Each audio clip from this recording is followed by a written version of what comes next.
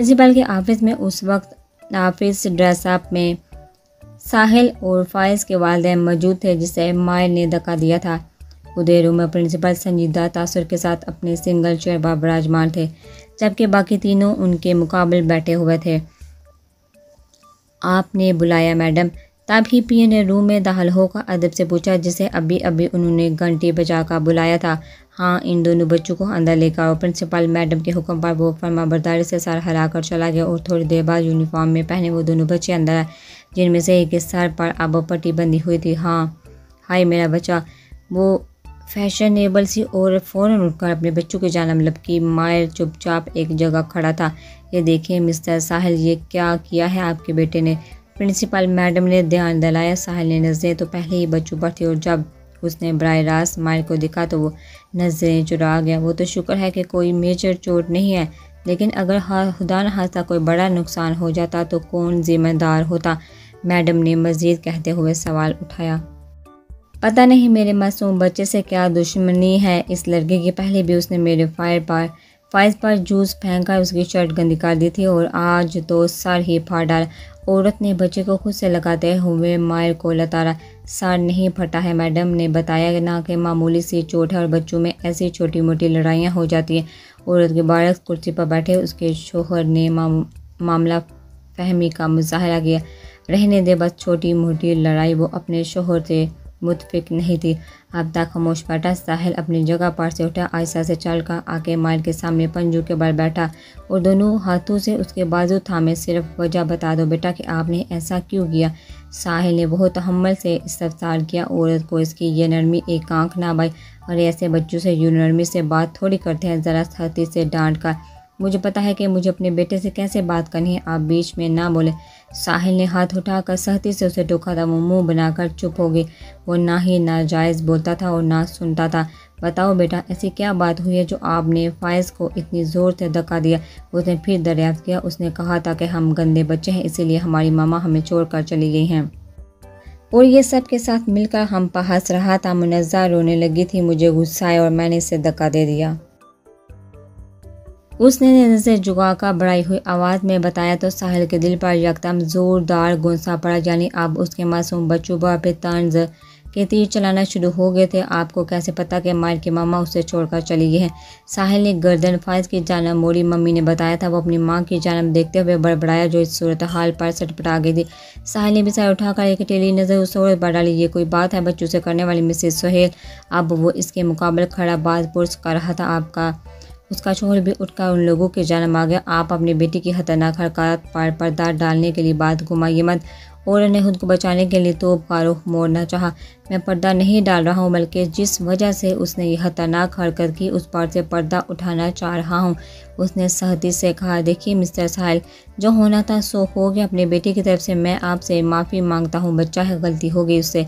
सोहेल ने मामला समेटना चाहा। बात बच्चे की नहीं है मिस्टर सोहेल, बल्कि आपके बेटे की तो गलती थी भी नहीं। असल कसूरवार तो इसकी माँ है, जो बच्चे के मासूम जहन में ऐसी मनफी बातें डाल रही है। बच्चे तो वो सीखते हैं ना जो वालिदैन को करते देखते हैं। और अपने जानने वालों में जब इन जैसे लोग चटहारे लेकर किसी के पर्सनल मामला डिस्कस करेंगे तो ये सब तो होगा। वो गुस्से से फट पड़ा था कि आप लोगों की छलनी करने वाली बातें उसके बच्चे तक आने लगी थी। Mister Sahil please calm down. Madam ने भी मुदाखलत की, जिससे साहिल किसी खातर में ना लाए। बहुत शौक है ना आपको दूसरों के ज़ाती मामला जानने का, तो सुन लीजिए कि मेरी बीवी मुझे छोड़कर गई क्योंकि उससे कोई मुझसे बेहतर मिल गया था। उसमें मेरे मासूम बच्चों का कोई कसूर नहीं। मेरे बच्चे हर लिहाज से बहुत अच्छे हैं और मेरी जान है। अगर दोबारा किसी ने उनका दिल दुखाया या इन्हें तंग किया तो मुझसे बुरा नहीं होगा कोई। उसने उंगली उठाकर दोनों मियाँ बीवी को तनबिया की। साहिल की आखिरी बात पर मायर के दिल में अपने माँ बाप के लिए मौजूद इज़्ज़त और मान को और बढ़ा दिया। वो एक ठहरी हुई तबीयत का हामिल शख्स ज़रूर था, लेकिन ज़रूरत पड़ने पर उसे अपने आप को और अपनों को बचाना भी बहुत अच्छे से आता था कि कभी कभी कुछ ना बोलना भी सामने वाले को शायद दे देता है। आप भी सुन ले मैडम, और सबको वार्न कर दीजिएगा कि दोबारा मेरे बच्चों को कोई इस हवाले से तंग ना करे। अगर ऐसा हुआ तो इन्हें तो मैं इस स्कूल से हटाऊंगा ही, लेकिन साथ ही स्कूल पर ऐसा केस करूंगा कि सोच है आपकी। वो इससे दुरुस्ती के साथ प्रिंसिपल से बोला और फिर मायर को लेकर वहाँ से चला गया। पीछे सब यूँ हका बका के जैसे किसी तूफान के गुजरने के बाद सन्नाटे में आ जाते हैं। अरे आप लोग इतनी जल्दी आ गए स्कूल से। गैर मुतवक्का तौर पर वक्त से पहले बच्चों को घर आता देख हाल में मौजूद अमरीन हैरान हुई और जब उसकी नज़र उनके पीछे आते साहिल पर पड़ी तो हैरानी मज़ीद बढ़ गई कि वो तो उस वक्त ऑफिस में होता है तो फिर बच्चों के हमरा कैसे। अमरीन को कोई जवाब देने के बजाय दोनों बच्चे सीधा ऊपर की जाना भाग गए जिससे उसे मज़ीद तशवीश हुई। तभी साहिल उसके मुकाबले आकर रुका जिसके हाथ में दोनों के स्कूल बैग से बच्चों को मैं घर लाया हूँ। अभी वो साहिल से सवाल करने के लिए अल्फाज जमा कर रही थी कि वो खुद ही गोया हुआ, लेकिन क्यों, सब ठीक तो है ना। उससे फिक्र हुई। साहिल ने मुतवाज़न अंदाज में उसे सारा माजरा बताया जिसे सुनकर उसके हैरानी से परेशानी तासुफ में तब्दील बदल गई। मैं एक बहुत इम्पोर्टेंट मीटिंग छोड़कर कॉल आने पर उनके स्कूल गया था, इसीलिए फ़िलहाल मैं ऑफिस जा रहा हूँ। तुम बच्चों के पास जाओ और उनका ख्याल रखना, साहिल ने कहते हुए स्कूल बैग उनकी जानिब बढ़ाया। जी आप बेफिक्र हैं, बच्चों का पूरा ख्याल रखूँगी, उसने बैग लेते हुए यकीन दहानी करवाई। अमरीन बच्चों के कमरे में आई तो वो दोनों लड़के मुंह के साथ मिले। मुनज़्ज़ा अपने बेड पर बैठी जूते मोज़े उतार रही थी जबकि मर यूँ का तो अपने बेड पर बैठा हुआ था। अमरीन ने उनके बैग्स जगह पर रखे और खुद जाकर माई के बराबर में बैठ गई। पता है अच्छा हुआ आप लोग आज जल्दी आ गए, मैंने अभी अभी पास्ता रेडी करके रखा है आप लोगों के लिए, जल्दी से चेंज कर लो फिर मिलकर खाते हैं। कोई सवाल जवाब करने के बजाय वो हशाश बशाश अंदाज में गोया हुई। हमें भूख नहीं है, जूते उतार चुकी मुनज़्ज़ा ने बुझा सा जवाब दिया जबकि माए खामोश था। अरे क्यों भूख नहीं, मुझे तो बहुत ज़ोर से भूख लग रही है और एक बार जब आप लोगों से स्मेल करोगे तो आपको भी भूख लग जाएगी। वो इसी तरह दोबारा बोली मगर इस बार दोनों ने कोई जवाब नहीं दिया। वो दोनों बच्चों के अंदरूनी कैफियत जानती थी मगर इससे करने मज़ीद दुखी नहीं करना चाहती थी। हम गंदे बच्चे हैं क्या अमरीन आंटी, मुनज़्ज़ा ने खुद ही सवाल उठा लिया। नहीं मेरी जान, आप तो बहुत अच्छे बच्चे हो, अमरीन ने कहते हुए मुनज़्ज़ा का हाथ पकड़कर उसे अपने साथ बैठा लिया। अब आपके दाएं पहलू में मायर बैठा था और बाएं पहलू में मुनज़्ज़ा, तो फिर हमारी मम्मा हमें छोड़कर क्यों चली गई, मुनज़्ज़ा ने रूहानी होकर पूछा। कोई जवाब देने से कबल अमरीन ने उन दोनों के गिर्द बाजू हमाल करके इन्हें खुद से लगाया। आपको याद है ना अभी कुछ दिन पहले आपका फेवरेट शार्पनर टूट गया था। बजाय जवाब देने के उसने सवाल किया तो मुनज़्ज़ा ने इस बात में सर हिलाया। फिर आपने न्यू शार्पनर निकाल कर यूज़ किया तो आपको पता चला कि ये तो पहले वाले से भी ज़्यादा अच्छा है ना।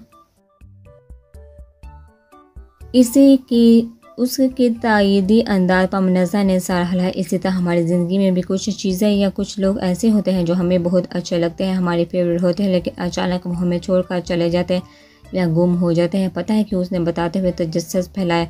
क्यों आप मैरी की खामोशी टूटी, क्योंकि अब हमारे लिए इतने अच्छे नहीं होते जितने वो हमें अच्छे लगते होते हैं, इसीलिए अल्लाह पाक इन्हें हमसे दूर कर देता है ताकि हमें वो दे सके जो हमारे लिए उससे भी ज़्यादा अच्छा हो। उसने रसान से समझाया।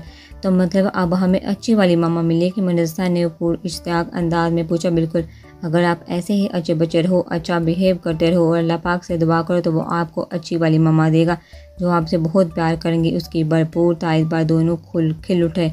मतलब हम हुसैन के अहला के इनाम में अल्लाह पाक से अच्छी वाली मामा मांग सकते हैं। मार ने अपने ख्याल को अल्फाज दिए। हाँ बिल्कुल मांग सकते हो, उसने हंसते हुए जवाब दिया, लेकिन एक शर्त है। कैसी शर्त, दोनों यक ज़बान पूछे। अगर कोई दोबारा आप लोगों को तंग करे तो आप रोएंगे नहीं और ना ही लड़ोगे, बस सिंपल उसकी बात को ऐसे इग्नोर करोगे जैसे आपकी नज़र में उसकी कोई इम्पोर्टेंस ही नहीं है। क्योंकि जब हम लोगों के नेगेटिव बातों को इग्नोर करते हैं तो इनकी वैल्यू ज़ीरो हो जाती है और जब वैल्यू ज़ीरो हो जाती है तो वो हम पर असर भी नहीं करती। तो नेक्स्ट टाइम क्या करोगे आप लोग, उसने समझाते हुए पूछा। इग्नोर, दोनों ने पुरजोश से यक ज़बान जवाब दिया। शाबाश, अमरीन ने दोनों को किस करके खुद में बेचा। चलो अब आप इसी खुशी में दोनों जल्दी से चेंज करके फ्रेश हो जाओ, फिर हम मिलकर पास्ता खाते हैं। उसने मौजू बदला तो दोनों खुशी खुशी फ्रेश होने चले गए। जबकि आधा खुले दरवाजे से इन्हें देखता साहिल भी मुतमईन होकर अब वाकई वहाँ से चला गया, जिसे उस वक्त मीटिंग से ज़्यादा अपने बच्चों की फिक्र थी। साहिल आज ज़रूरी काम निपटा कर जल्दी घर आ गया था। वो अजमत खातून समेत बच्चों को बाहर डिनर के लिए लेकर जा रहा था। तभी बच्चों ने अमरीन को भी साथ लेकर जाने की ज़िद की। पहले तो वो हिचकिचाते हुए इनकार करती रही, लेकिन फिर अजमत खातून और साहिल के कहने पर उनके साथ चली गई। सबने बहुत खुशगवार माहौल में डिनर किया और डिनर के वक्त जब वेटर उनका ऑर्डर सर्व करके जाने लगा तो दोनों बच्चों ने यकज़बान उसे शुक्रिया अदा किया। Thank you uncle. दोनों के यकज़बान कहने पर ना सिर्फ ये लोग बल्कि खुद वेटर भी हैरान रह गया कि पहली बार उसके काम पर किसी ने शुक्रिया अदा किया था। वेलकम बेटा, वो मुस्कुरा कर जवाब देता वापस चला गया। ये कब और कहाँ सीखा? साहिल ने मुस्कुराते हुए इस्तफसार किया। अमरीन आंटी कहती हैं कि जो लोग सबसे गुड बिहेव करते हैं वो अल्लाह ताला को पसंद होते हैं और फिर अल्लाह ताला इन्हें इनाम देते हैं। इसलिए हम भी सबके साथ गुड बिहेव कर रहे हैं ताकि अल्लाह ताला हमें भी इनाम दे। माई ने वजाहत की। अमरीन दोनों बच्चों की प्लेट में खाना निकालने लगी। गुड, तो आप लोगों को क्या इनाम चाहिए अल्लाह ताला से? साहिल ने दिलचस्पी से उससे पूछा। उसे अपने बच्चों में ये मुस्बत तब्दीली अच्छी लगी थी। हमें एक अच्छी सी मामा चाहिए, मुनज़्ज़ा ने मासूमियत से बताया। उसकी बात पर जहाँ साहिल हैरान हुआ वहीं अज़मत खातून ने भी जताती हुई नज़रों से साहिल को देखा, गोया कह रही हो अब तो मेरी बात पर संजीदा हो जा।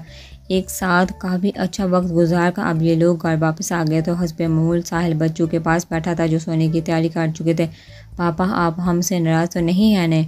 नहीं है न? माइल ने दोबारा तस्दीक चाही। नहीं ना, मैं आप लोगों से कभी नाराज़ होऊंगा और ना कभी आपको छोड़कर जाऊंगा। उसने मोहब्बत से यकीन दहानी करवाई। चलो अब सो जाओ, गुड नाइट उसने कहकर बारी बारी दोनों का माथा चूमा और फिर नाइट बल्ब ऑफ करके कमरे की लाइट ऑफ करता वो वहाँ से चला गया।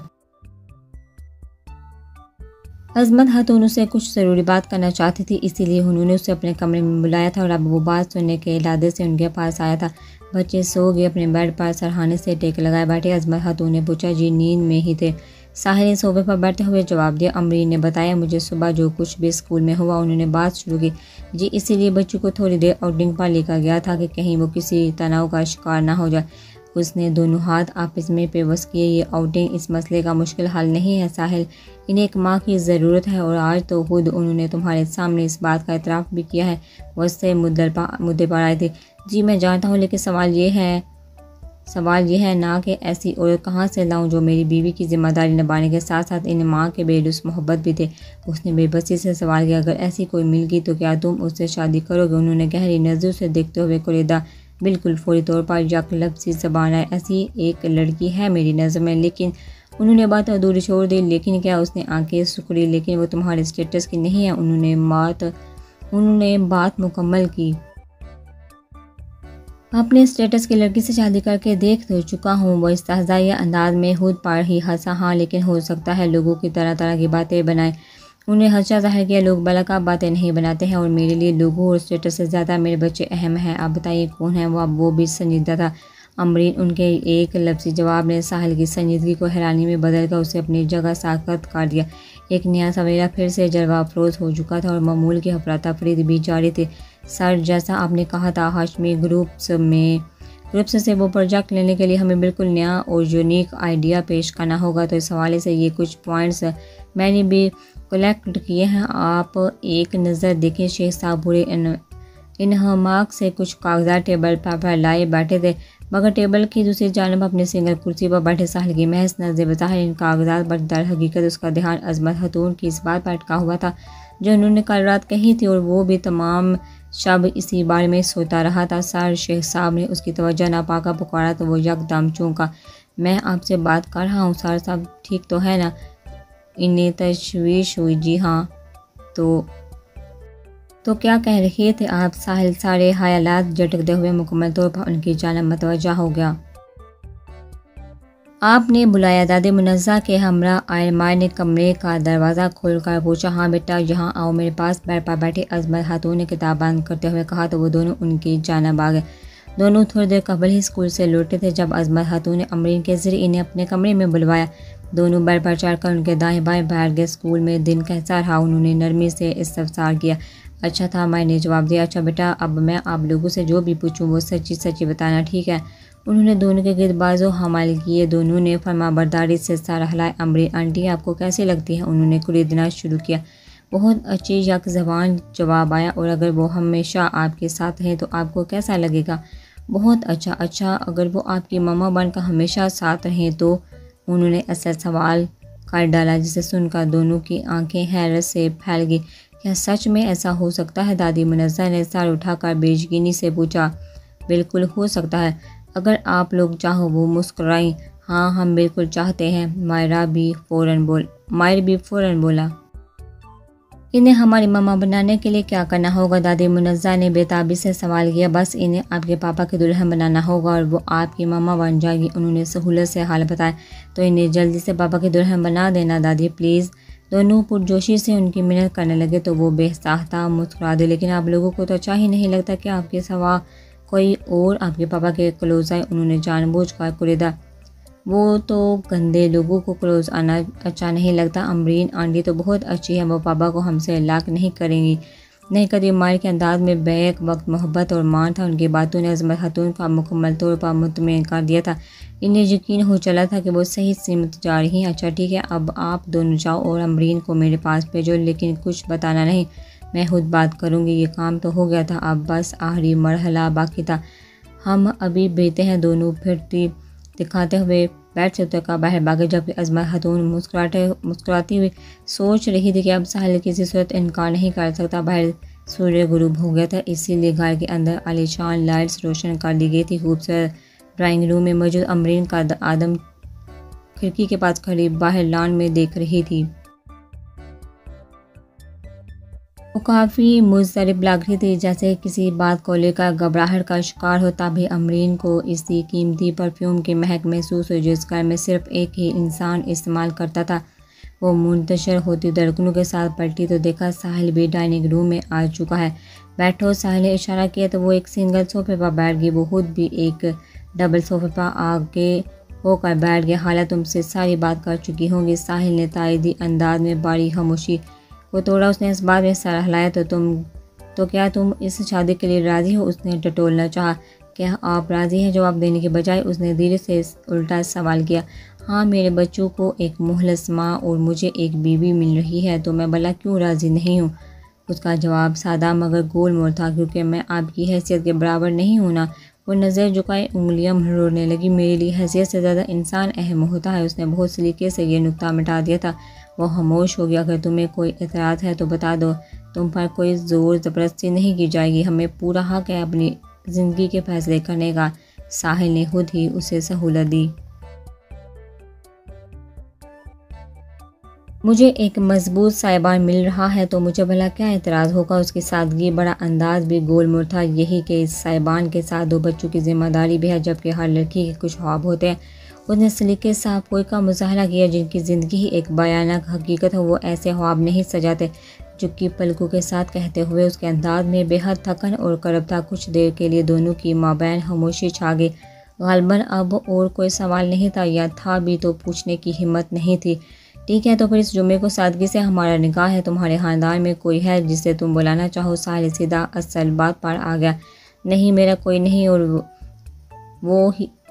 वो ही अफसुदा सा जवाब आया जिसके आगे वो मज़ीद कुछ नहीं पूछ सका।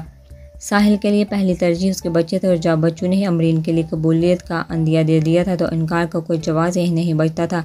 साहिल खुद भी अमरीन का दोस्ताना रवैया बच्चों के साथ देख चुका था, इसलिए अमरीन से दो टोक बात करने के बाद वो भी मान गया।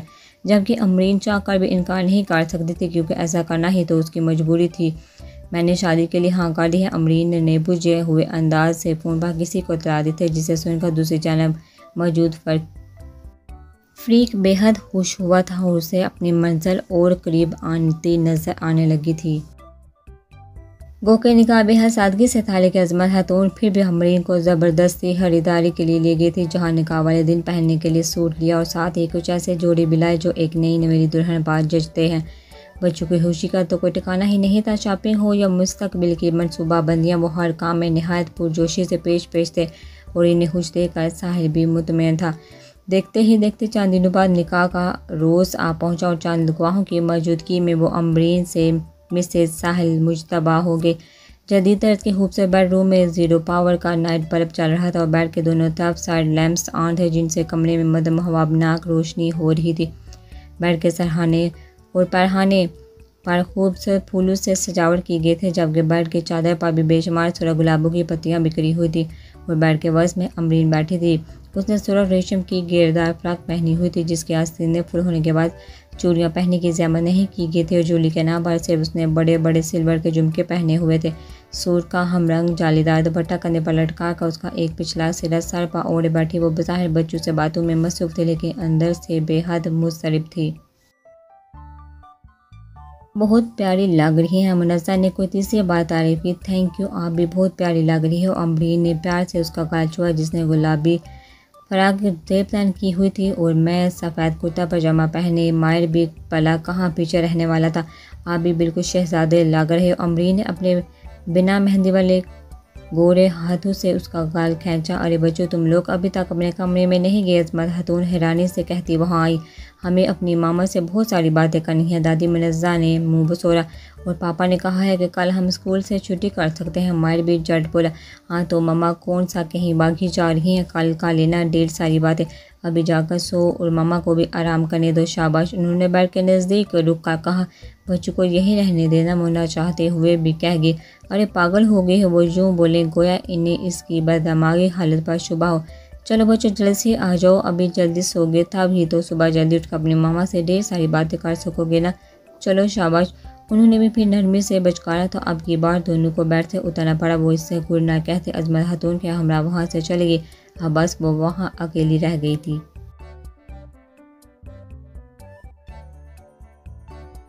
के पुरकशा चेहरे पर नई नवेली दुल्हन वाला शर्मिला पानिया खुशी नहीं थे, बल्कि एक अजीब सी घबराहट थी। कोई अभी यहाँ से उड़कर भागना चाहती हो। थोड़ी देर बाद वहाँ कमरे का दरवाज़ा खुला और साहिल अंदर आया, जिसकी आमद का सोच कर उस पर ये घबराहट तारी थी। उसने स्याह रंग का कुर्ता पजामा पहना हुआ था, जिसमें उसका कसरती जिस्म और दराज कद मज़ीद नुमाया था, जबकि खड़े नैन नकुश वाले चेहरे पर सलीके से तराशी हल्की हल्की शेप ने भी उसे काफ़ी जाज़ब नज़र बना दिया था। मगर वो तो उसे देखते ही नज़र झुका गई थी। वो 5 साल आने बाद बेड पर उसके नज़दीक ही बैठ गया। अम्बरीन ने खुद में मज़ीद सिमटने की कोशिश की, मगर कामयाब ना हो सकी, क्योंकि वह पहले ही बहुत सिमट कर बैठी हुई थी। तुमसे कुछ कहना है? वो गंभीर आवाज़ में गोया हुआ तो उसकी धड़कनें मज़ीद मुंतशिर हो गई। ये शादी मैंने सिर्फ अपने बच्चों के लिए की है। अब से तुम बस उसकी माँ हो। तुम्हारी ज़रूरियात मैं पूरी कर दिया करूँगा, मगर इससे ज़्यादा किसी चीज़ की उम्मीद मत रखना मुझसे। हम दोनों हस्बैंड वाइफ दुनिया के सामने हो गए, लेकिन दर हकीकत तुम सिर्फ मेरे बच्चों की माँ होगी। उसके संजीदगी से जवाब कहने पर बेसाता वो भी नज़र उठाई उसे हैरत से देखने लगी। पल भर में सारी घबराहट गायब हो गई थी और उसकी जगह अब सिर्फ हैरानी थी, बेइंतहा हैरानी। वो भी संजीदगी से बराह रास्त उसे देख रहा था। अपनी बात के नतीजे में उसके चेहरे पर डराने वाली हैरत बखूबी बांध गया था। दोनों यकटक एक दूसरे को देख रहे थे। कमरे में गहरा सुकूत तारी हो गया था और फिर अगले ही पल उस सुकूत को साहिल के बेसादा कहके ने तोड़ा। वो हाथ की मुट्ठी बनाई मुट्ठी को मुंह के नज़दीक ही हंस रहा था और वो उसे ऐसे देख रही थी जैसे उसकी दिमागी हालत पर शुबा हो। या तो तुम फिल्में बहुत देखती हो या फिर तुमने बहुत ज़्यादा टिपिकल नावल्स पढ़ रखे हैं। अपनी हंसी को काबू करते हुए दोबारा गोया हुआ। आप क्या कह रही हैं? वो सख्त उलझन का शिकार थी। कह नहीं रहा, कर रहा हूँ मजाक। मैं मजाक कर रहा था, उसने नॉर्मल होते हुए वजाहत की, मगर उसकी नासमझी हनूज कायम थी। भले ही ये मेरी दूसरी शादी है, मगर ये मत समझना कि मैं अपने दोनों बच्चों की जिम्मेदारी तुम पर डालकर तुमसे लापरवाह हो जाऊँगा। साहिल ने कहते हुए उसका नरम और नाजुक गोरा हाथ अपने मजबूत हाथों में लिया तो पहली बार उसका लम्स पाकों से एक अनोखा एहसास हुआ। तुम मेरे लिए पहली दूसरी नहीं, बस बीवी हो, मेरी बीवी, जिससे मुझे बेइंतहा मोहब्बत करनी है। उसने मोहब्बत पाश अंदाज में कहते हुए उसका नाजुक हाथ अपने लबों से लगाए। उसके लबों को दहकता लम्स अम्बरीन से बर्दाश्त ना हुआ तो बेसाता उसने फ़ौरन अपना हाथ पीछे खींच लिया। असमझी से उसे देखने लगा। साहिल के पहली बार से अम्बरीन की जो घबराहट गायब होकर हैरत में बदल थी, अब हैरत के ज़ायल होने पर वो दोबारा चेहरे पर दर आई, जिसे साहिल ने भी वाज़ा महसूस किया। क्या हुआ? कोई प्रॉब्लम है? उसने मुताज्जब होकर नरमी से इस्तफ़सार किया। वो दोबारा अपनी उंगलियां मरोड़ने लगी। मुझे थोड़ा वक्त चाहिए, इसने नज़र झुकाकर आहिस्ता से कहा। हाँ ज़रूर, तुम चेंज करके इजी हो जाओ। उसे लगा वो थक गई है, इसीलिए थोड़ा आराम करना चाहती है। नहीं, मेरा मतलब इस रिश्ते को पूरी तरह कबूल करके कायम करने के लिए मुझे थोड़ा वक्त चाहिए। उसने नज़र झुकाई यहाँ वहाँ देखते हुए असल मुद्दा बताया। अब वो भी थोड़ा संजीदा हुआ। वो समझ गया था कि वो किस नौयत का वक्त मांग रही है। कितना वक्त चाहिए? उसने बिना किसी देर बहस के सादगी से पूछा। फौरी तौर पर वो समझ नहीं पाई कि क्या जवाब दे। 1 हफ्ता, 1 महीना तक? क्या थोड़ा गड़बड़ा का बिलाहर उसने फैसला कर लिया, मगर वो ये नहीं समझ पा रही थी अब वो क्या रद्द अमल देगा, क्योंकि वो चुपचाप उसे ही देख रहा था। ठीक है बिलाहर, वो भी नतीजे पर पहुंचा, लेकिन एक बात अभी वो मुतमईन भी नहीं हुई थी कि वो मज़ीद बोल पड़ा। मैं सोफे पर नहीं बेड पर ही सोऊंगा और तुम भी, ठीक है? उसने साफ लफ्ज़ों में बावर करवाते हुए आहार में तायद चाही। अमरीन को लगा उसकी परेशानी टल कर भी नहीं टली। बेफिक्र रहो, से सोऊंगा, जगाऊंगा नहीं। उसे शशोपंज का शिकार पाकर उसने मनीहेजी से तसल्ली कराई तो उसका मफहूम बाम कर वो बेसाहता चिम गई। वो अपने ही आलिशान घर के खूबसूरत बेडरूम में अपनी नई नवेली दुल्हन से अपने ही बेड पर सोने की डील कर रहा था। मैं भला कौन होती हूँ आपको कोई इजाज़त देने वाली या किसी चीज़ से रोकने वाली? उसने नज़र झुकाए हुए गोल मोल जवाब दिया। तो मतलब मैं जो चाहूँ वो कर सकता हूँ? उसके मनीहेजी सवाल व अमरीन ने दोबारा अपनी हैरत ज़रा नज़र उठाकर उसे देखा। मेरा मतलब मैं यहाँ सोच सकता हूँ। उसकी हालत के पेश नज़र साल ने अपनी मनीहेजी छोड़कर वजाहत की। जी यकलफ्ज़ी जवाब देकर उसने नज़र झुका ली। उठती झुकती पलके उसे कितना बेकरार कर रही थी ये बस वही जानता था। मैं चेंज कर लूँ? अमरीन ने यूं ही इजाज़त चाही। शोर। उसने हाथ के इशारा करते हुए इजाज़त दी तो वो बेड से उतर गई। उसकी फराक के साथ चंद गुलाब की पत्तियां भी बेड से सफ़ेद संगे मरमर के फर्श पर आईं। वो तेज़ी से बाथरूम में चली गई, जबकि वो इसकी बोली सी मुस्कुराहट पर महज मुस्कुरा कर रह गया। बाथरूम में आने के बाद दरवाज़ा बंद करके वो ऐसे उससे पूछ लटका कर खड़ी होगी, गोया उसके पीछे कोई शेर पड़ा हो जिससे बचने के लिए वो कई मील दौड़ कर आगे अब चुप गई थी। इतना बड़ा खूबसूरत बाथरूम उसने इस घर में आके पहली बार देखा था, वरना इससे कबल तो वो बस टीवी में ही ये आसाइशें देखा करती थी। एक आसाइश शादी जैसा खूबसूरत रिश्ता, एक मोहब्बत करने वाला शौहर, ये सब कभी उसकी अवलीन ख्वाहिश हुआ करती थी। लेकिन तब उसके गुमान में भी नहीं था कि यह ख्वाहिश पूरी होगी और ऐसे पूरी होगी कि उस पल खुशी होने की बजाय वो ऐसी घबराई हुई होगी। जब साहिल ने उससे कहा था कि ये शादी उसने सिर्फ अपने बच्चों के लिए की है, तो दर हकीकत वो अपने लिए गनीमत लगा था कि वो ये सोच कर हैरान रह गई कि उसका रिश्ता इतनी आसानी से आसान हो गया है। लेकिन साहिल की अगली बात ने दर हकीकत उसे परेशान कर दिया था और वो दिल में सोचने लगी थी कि काश साहिल ने वो सब मजाक में ना कहा था।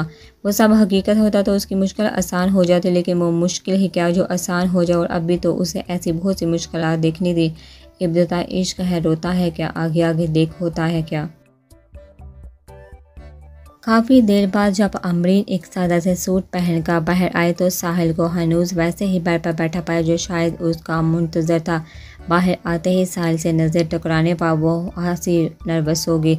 आप भी चेंज कर ले। अमरीन को उसे टरहाने का यही एक रास्ता नजर आया। हाँ जा रहा हूँ, लेकिन पहले एक ज़रूरी काम तो पूरा कर लूँ। कैसा काम? हाँ वो बताता हूँ। उसने कुछ ऐसा प्यार से फरमाइश की कि वो मज़ीद खटक गई, लेकिन वो वहीं खड़ी भी नहीं रह सकती थी, इसीलिए मजबूरन सुस्त रवैये से चल कर उसकी जानिब आ गई। साहिल ने उसका हाथ पकड़ा और उसे अपने सामने पैर पर बिठा लिया। ये तुम्हारे लिए। उसने एक लंबा सा सुरख महमली डिब्बा उसे थमाया। अमरीन ने चुपचाप डिब्बा लेकर खोला तो इसमें एक बेहद नाजुक सा डायमंड पेंडेंट था। कैसा है? बहुत अच्छा, मैं पहना दूँ? उसने चाव से पूछा। जी। उसने जागता नज़रें उठाई। थैंक्स वो कहकर बॉक्स में से लाकर निकालने लगा। वो सवालिया अंदाज में कहे गए जी को इजाज़त समझकर उसे लाकर पहनाने लगा। लाकर पहनाते हुए वो काफ़ी करीब आ गया था। गर्दवा महसूस होता, हाथों का लम्स और सांसों में उतरती परफ्यूम की महक अमरीन के हवास मंजमंद कर रही थी। तुम्हारे गले की जीनत बनकर तो ये और खूबसूरत लग रहा है। वो इतने ही करीब रहकर गोया हुआ उसे कभी उतारना मत। आंखों में जज्बात लिए वो लोदते लहजे में फरमाइश करता अपनी कुर्बत से उसकी हालत बुरी कर रहा था। उसने बामुश्किल असबात में सर हिलाया। वो चंद लम्हे यूं ही करीब से उसे देखता रहा, जिसकी जुगी पलकें और लड़ते लब एक अजीब कशिश लिए उसे अपनी जानब खींच रहे थे, मगर फिलहाल वो एक वादे की जंजीर में बंधा हुआ था, इसीलिए मज़ीद आगे नहीं बढ़ सकता था। मुझे पता नहीं था कि तुम इतनी जालिम निकलोगे। वो उसकी लट पीछे करते हुए मनीहेजी से कहता चेंज करने चला गया, जबकि वो अपना तनफ़्फ़ुस संभालने लगी जो उसके इतने करीब आने पर बुरी तरह बिगड़ गया था। उसे नहीं अंदाज़ा कि संजीदा मिजाज का साहिल शादी होते ही नहायत रोमांटिक शोहर बन जाएगा। उसे लगा था कि साहिल हमेशा से उसके साथ जैसा लिया दिया रहता था शादी के बाद भी वैसा ही होगा, क्योंकि उस शादी की बुनियादी वजह तो उसकी वजह थी, लेकिन उसकी तवक्को के बरक्स साहिल बिल्कुल उस नौजवान की बर्ताव कर रहा था जो बहुत चाव से शादी करता है और रिश्ता अज़दवाज को लेकर उसके दिल में ढेर सारी ख्वाहिशात होती हैं। दिल में ख्वाहिशात का होना अजीब नहीं है, लेकिन एक ऐसे मर्द का इतना वालहाना पन देखना उसे थोड़ा अजीब लगा था, जो पहले ही एक औरत से धोखा खा चुका था। इस सोचों में गुम वो पैर के पास रखा कंबल ओढ़कर छत लेट गई थी, क्योंकि वो जो होना था सो हो गया था। अब बहुत सारी रात यूं ही बैठे बैठे तो नहीं गुजार सकती थी। थोड़ी देर बाद साहिल भी टी शर्ट और ट्राउज़र में बाहर आए और कमरे का नाइट बल्ब बंद करते हुए बेड पर लेट गया। अब कमरे में बस 2 साइड लैंप्स की ही बेहद मध्यम रोशनी थी। तुम्हें अंधेरे से कोई प्रॉब्लम तो नहीं है ना? क्योंकि मुझे ज़्यादा रोशनी में नींद नहीं आती, उसने भी लेट का कमर ओढ़ते हुए पूछा। कोई प्रॉब्लम नहीं है, मुख्तसर जवाब मिला। तो फिर कोई और प्रॉब्लम जो तुम्हें तंग कर रही हो? साहिल ने उसकी जानब करवट लेते हुए सादगी से टटोला। नहीं, मैं बस थक गई हूँ, उसके लिए आराम करना चाहती हूँ। उसने बात ख़त्म करनी चाहिए। ज़रूर, तुम सो जाओ आराम से, उसने सहूलत से इजाज़त दी। कुछ देर दोनों के बीच खामोशी हायल होगी। एक बात पूछूं? अब की बार अमरीन ने पहले ही पूछो। वो हिम्मतन गोश था। आपको मुझ पर गुस्सा नहीं आ रहा? उसने झिझकते हुए वो सवाल पूछ लिया जो जहन में कुलबला रहा था। मुझे गुस्सा क्यों आएगा? वो अनजान बना। क्योंकि मैंने उसकी समझ में नहीं आ रहा था कैसे वजाहत करे। हाँ, तुमने क्या? वो बेहद महजूज हो रहा था और वो नर्वस। मैंने आपको आपके शरई हक से दूर रखा है बिलाहर, उसने कह दिया। मैं ज़बरदस्ती हक वसूल करने वालों में से नहीं हूँ। मुझे अपना हक पूरे हक से लेना पसंद है। छीनना या मांगना मेरा शेवा नहीं है। गंभीरता से कहते हुए वो फिर उसके दिल के तार छेड़ गया था। अभी तक तुमने सिर्फ मायर और मनज़्ज़ा के पापा को देखा था। आज से तुम शोहर की हैसियत से साहिल का एक नया रूप देखने के लिए तैयार हो जाना। आहिस्ता आहिस्ता तुम्हारी समझ में आ जाएगा कि साहिल बाकी मर्दों जैसा नहीं है, वो गंभीर आवाज़ में कहता उसे मबहूत कर गया था। अब आराम से सो जाओ, गुड नाइट, उसने मज़ीद कहकर दूसरी जानब करवट ले ली। वो अपनी जगह पर साकत हुई उसकी चौड़ी पुश्त को देखती रह गई, जिसने उस पर हैरानी के नेज़र खोल दिए थे। उसके दिल में बैक वक्त साहिल के लिए इज्जत भी बड़ी थी और सवाल भी कि भला धोखे खाने के बाद भी कोई इतना मुस्बत रह सकता है, इतनी जल्दी मोहब्बत कर सकता है। और इन सवालों के जवाब साहिल ही उसे मुस्तकबिल में देने वाला था।